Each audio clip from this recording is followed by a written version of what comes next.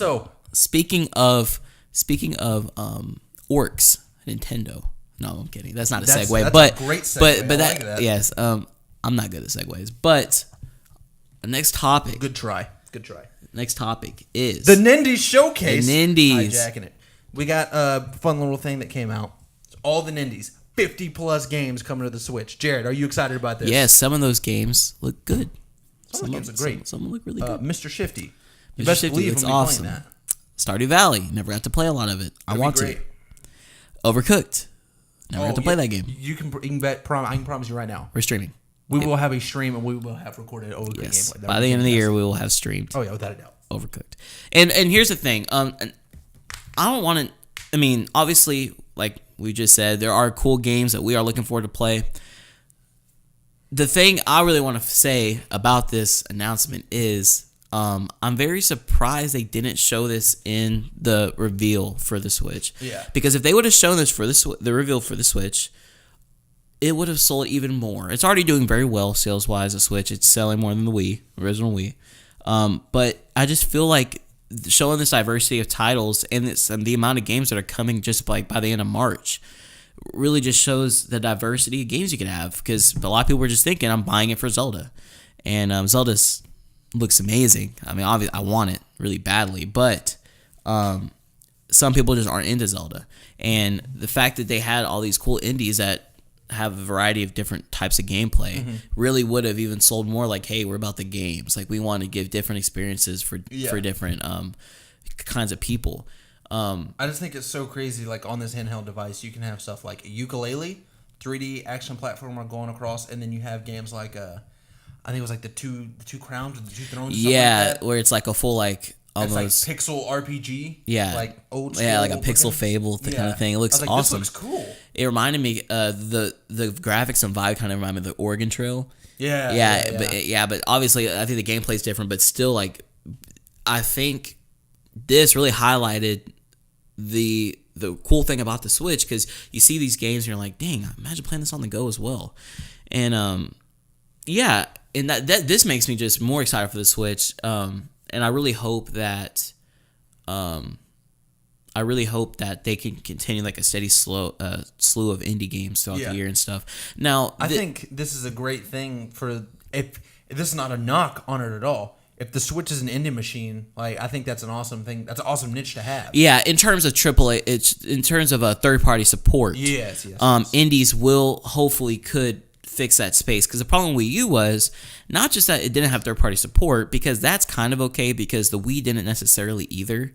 It had no one was really playing Call of Duty on the Wii, even though it had it. Everyone played Wii Sports now. You know what I mean? And well, they had cool IP like Resident Evil 4, stuff like that. Mario Galaxy. Yeah, and great games. The problem was when it came to the Wii U, there was no third-party support, and there was nothing to fill that space. There was no games. I think the actual hardware itself restricted it, because I don't know very many people that like the gamepad. I feel like the majority of people, it was like, very the gamepad gimmicky. just sucks. The thing is, I remember there was an onslaught of months where it was like Mortal Kombat X canceled for the Wii U.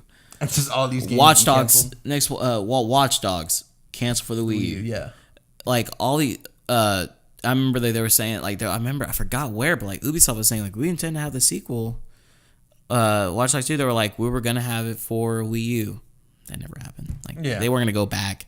But, and this was really on our show notes, but another thing is, Smash is coming, was pretty much confirmed to be coming to the Switch. So I think they're very aware of the IPs that stick, the IPs that don't, what they need to do to retain players, and what they need to do differently. I definitely think they're going to be smarter moving forward.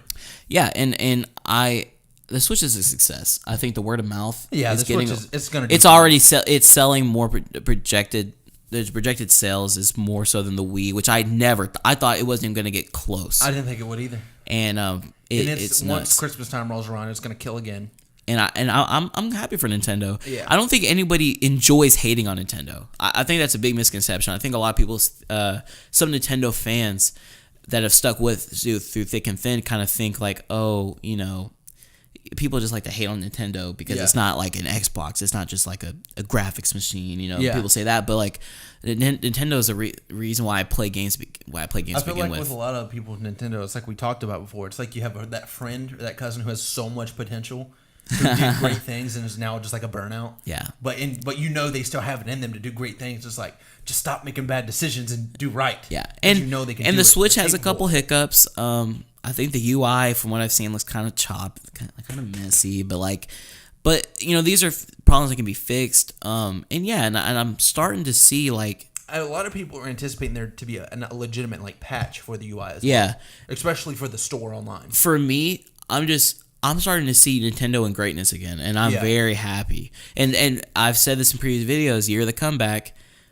I think we're looking at a lot of IPs and companies and in gaming period, and really saying like they're doing full turnaround. Yeah. Resident Evil, and now something like Nintendo, like it's just back in media in a good light. Because that just helps the industry as a whole. You know what I mean? Yeah, and like that does nothing but like I don't know. help everything. And also, what if Sony made a Switch like replica? I mean, There's a patent. Can you imagine if this year they're like, you know what, you've like the Switch? Well, we are the Switcheroo. And the PlayStation switcheroo. The Sony Switcheroo. The Sony switcheroo. That's marketing right there. Yes, and basically imagine this, but Last of Us 2 on the Sony switcheroo for 8K The Last of real Us life 2 on the Sony switcheroo. Oh It my rhymes. gosh! I mean, what if you like plug in the VR like in a jack, just put it on, put it in your pocket. Oh my gosh! We like put it in your pocket. You're just in VR. You can like walk around. In VR. That'd be nuts. But yeah, Nindies look awesome. You have a sweaty, dirty man just trying to stomp your skull in for like a can of beans in your backpack. It's like it's so strange. I don't like this. I don't like this VR experience anymore, man. Oh, wow, wait. I wonder if Nintendo has any plans for VR. I'm curious. I mean, if they don't, I mean, whatever. NR. Yeah, they just like Nintendo. It's like we have our Nindies. Nintendo reality, the reality of Nintendo. This is not virtual. This is Nintendo. Yeah, it's a lot of shareholders and just business. A lot of old men. It's like here's the reality of Nintendo. We're in the red.